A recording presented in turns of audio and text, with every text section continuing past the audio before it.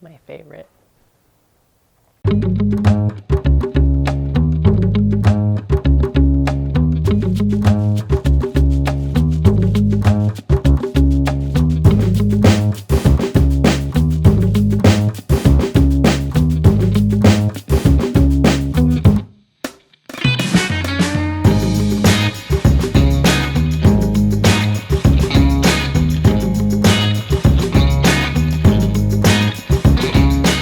Hi, my name is Emily, and I'd like to welcome you to my new YouTube channel called The House of Couchie.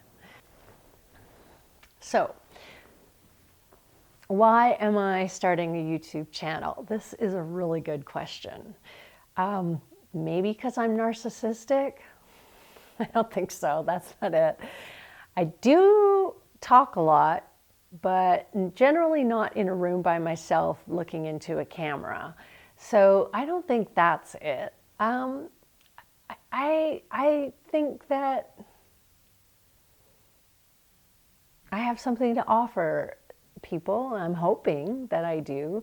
I've always been pretty creative, and people have always told me that when they spend time with me, they feel really inspired to go and make things and to just live a little bit more loud and dress a little bit kookier, and I think that's kind of cool. So that is why, I guess. That's why I'm doing this. I've been making things since my early 20s. Well, since I was a kid, really. My mom was a hippie, and you know, I remember being just a little kid making candles in the basement and helping her macrame, and that was back in the 70s when it was originally cool. House of Couchie is a way of life for me. It's where I live. It's the mid-century modern house that I share with my wonderful creative husband and my incredibly bossy Siamese cat. She's sweet too, though. She's very, very sweet. It is my business where I am a curator of vintage things, and I put some little creative sparkle dust on things to clean them up and polish them up and repair and fix and present them back to the world. It is also a way of thinking for me. It's a philosophical approach to my life. It's about consuming less and walking softly on the planet. I have a huge garden here where I grow my own food and I make my own compost, and I have a wonderful spacious kitchen that I'm pretty old school in. I make everything from scratch. I buy the staples from the grocery store, and I make everything else, like cheese and bread and my medicinal things, and sometimes beauty products and all of that. So it's just about, I don't know, it's just about, like I said, walking softly in this world, being more gentle and in cohesion with nature, and really thinking about what I consume in life. And I don't just mean consumption in the terms of going to the shopping mall, which I rarely do.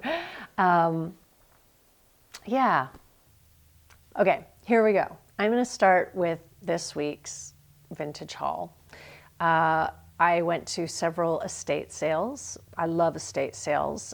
There's a new thing that's starting to happen. I'm seeing a lot of living estate sales, and I love those. Those are the best because you are actually meeting the collector of all the stuff, and you're hearing the stories, and you're learning about what it is that they collect. And you know, I think just looking for cool things isn't enough. Like, it's good to know the history. I love to know the history of where something, you know, began and why it's plentiful or why it's rare, why people are collecting it. And living estates can give you that. But I went to some that were living estates and some were just regular estates this week. And I'm going to start with a little bit of decor that I found. I found 2 sets of chalkware this week. The first was these awesome fish that are from Miller Studio Inc. Now these look like the 50s. They look, you know, very kitschy, but actually these were created in 1984, which is for some still very old, but for others like me, it's not so old. But it is in the vintage era, but it's not authentic. These are repo vintage. They're just now vintage, repo vintage. Originally, my husband was telling me, because he was very familiar with the fish ones, that they actually used to have bubbles, separate bubbles that would go on the wall as well.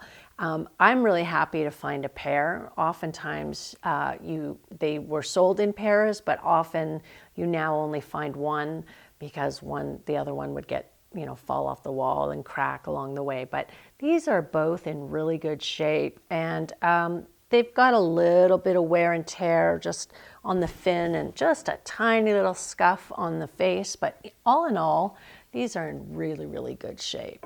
And I got a pretty good deal on these. I will be posting these and reselling them.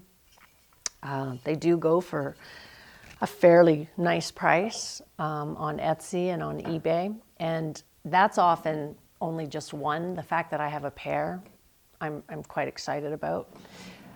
So yeah, you can look for those on my Facebook. A piece of chalkware I found is this awesome little carnival chalkware. Carnival chalkware is a little bit different than the plaques that I just showed you. It is older, obviously. This is from the 20s. I didn't know about carnival chalkware, but apparently when fairs came to town, one of the Carney games was ring toss, and they would actually give metal rings out and they would toss them onto these ceramic figurines that were always a little bit kitschy and a little bit irreverent. And there's not a lot of them because they got damaged. If you throw metal rings at ceramics, they tend to break. So they're pretty rare. This guy has had a bit of damage. His ears have been broken, but they've been really wonderfully put back on, which is maybe why he was giving up this one piece of chalkware. He was keeping all the other pieces. He couldn't part with his chalkware, but this is the only one, at least the only, I got there fairly early in the day, the only one that I saw that was available for sale. There is some damage on the back of the ears and on the front and on the tail a little bit, but other than that, given how old this is and what its use was, I think it's in really great shape. And I love the patina on it. It just adds to the history, and I think it's quite charming on this little guy. But he will be in my shop, but until he sells, he's going to sit right here. So when he's gone, you'll know that he's gone from the store. Somebody bought him.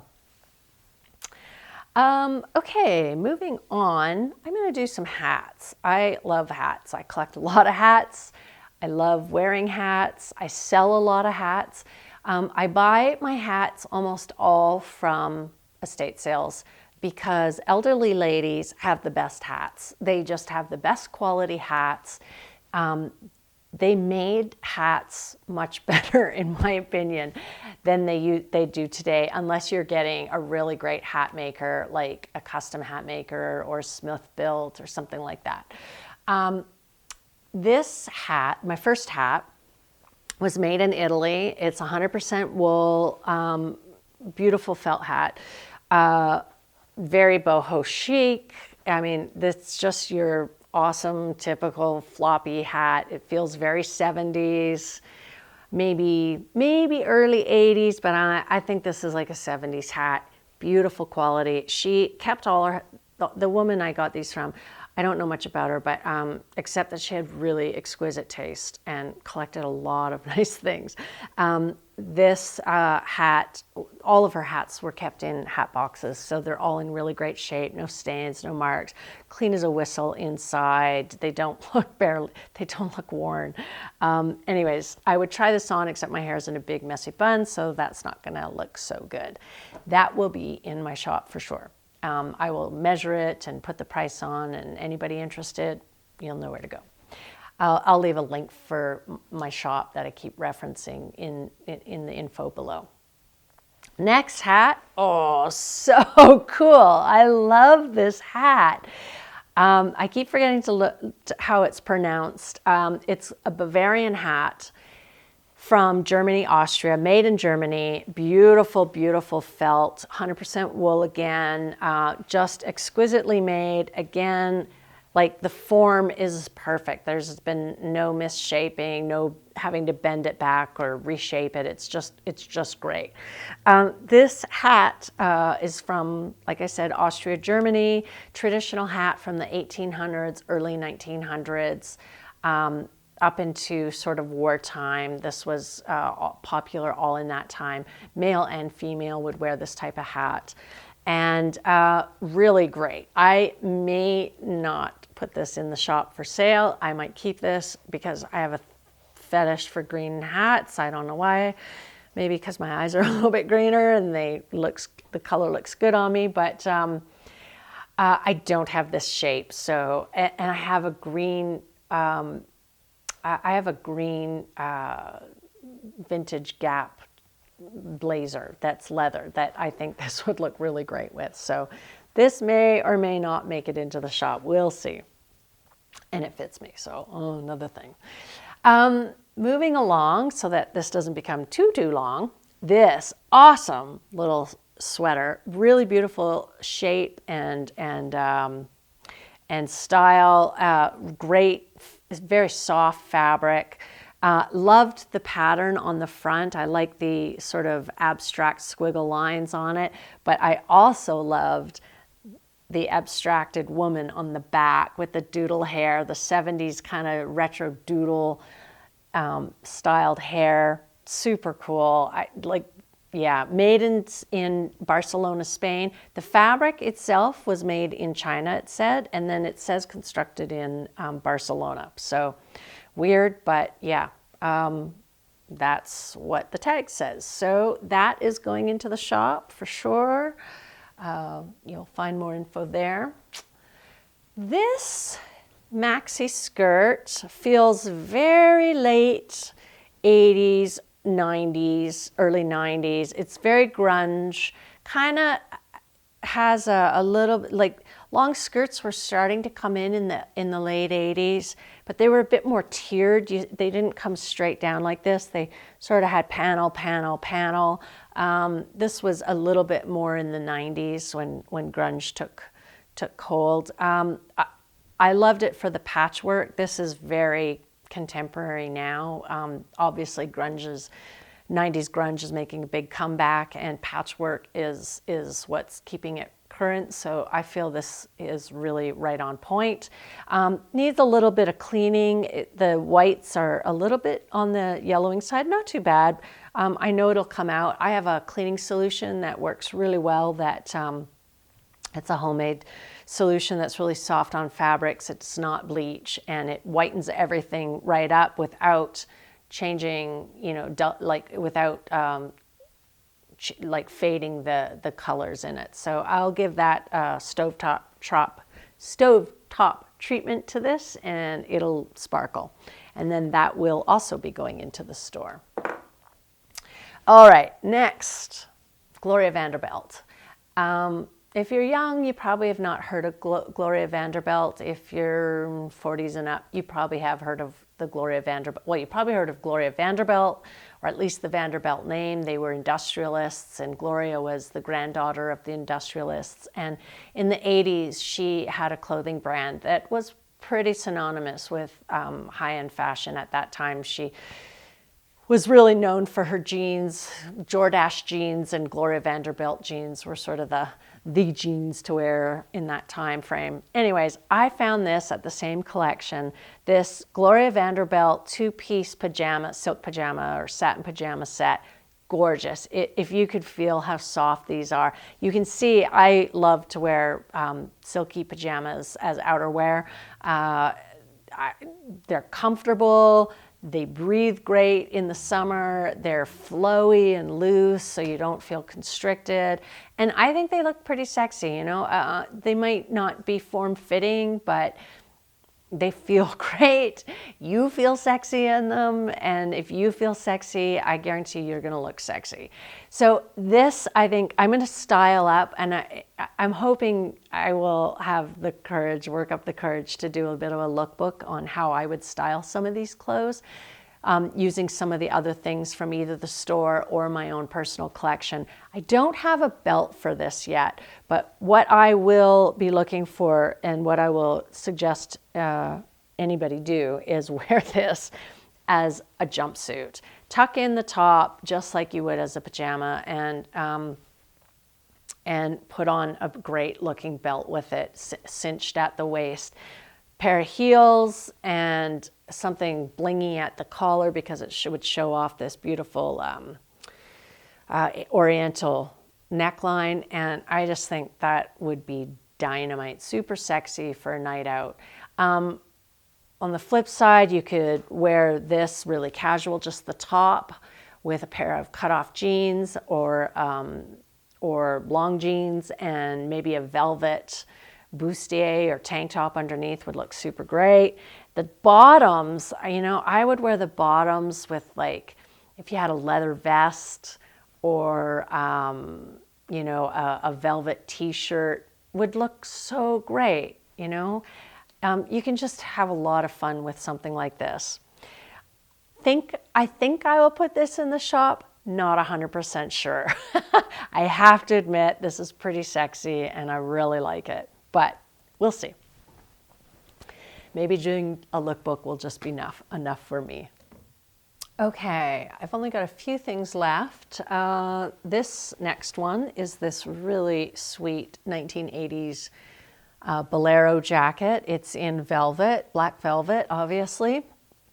It's called, it's a brand called Roberta, California, and really great shape, beautiful velvet. It's very nice.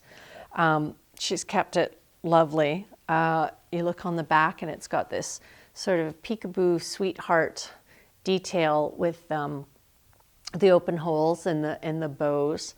And you know, here's how I would wear it. There's a lot of ways you could wear this, but I would wear this with a men's tuxedo shirt. I happen to have a really big one, but I like the loose flowing feel of it, and with this little bolero over top of that, and maybe with the cuffs kind of rolled up a little bit, and then some scruffy jeans with rips in them and some really killer velvet high heels would look super, super funky. And you might even want to like wear a little bow tie with it, a little velvet bow tie, and it would be super cute. So that will be going into the store for sure. The last thing I got. Okay, so I went to this one living estate sale. This couple, they were in their 50s, late 50s, and they had been collecting for 35 years, mid-century modern everything, mid-century modern everything. They had clothes and, you know, bric-a-brac, figurines, dishes, glasses, furniture, lighting, so much lighting, art, macrame, like just crafts from the 50s, like just so much from the 50s and 60s. And I wish I had not, well, I found good stuff at both estates I went to today, or yesterday, I guess.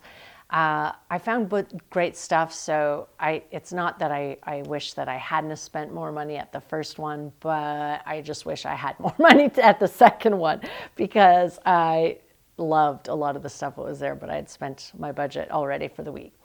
But I did get a few things, including those fish that I showed you, and this dress that I'm about to show you. This dress is super killer. This is my find of the week.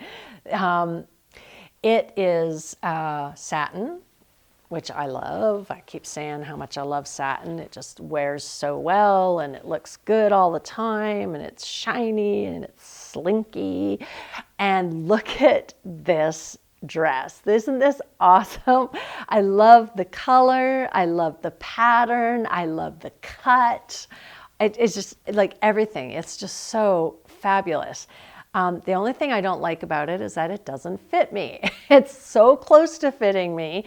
It's a tiny dress, and I have lost weight, but it's got a side zip, and it zips up almost to the top. That's how much from the top I can zip it up to. That's as far as it goes.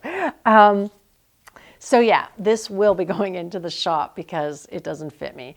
I think this is like late 60s, early 70s. The color feels kind of 70s to me, and so does the collar. The collars started to get a lot wider, and they actually started to get pretty pointy in the 70s, but this isn't quite there yet. That's why I think it could be late 60s, early 70s. This is like turning of that decade for sure.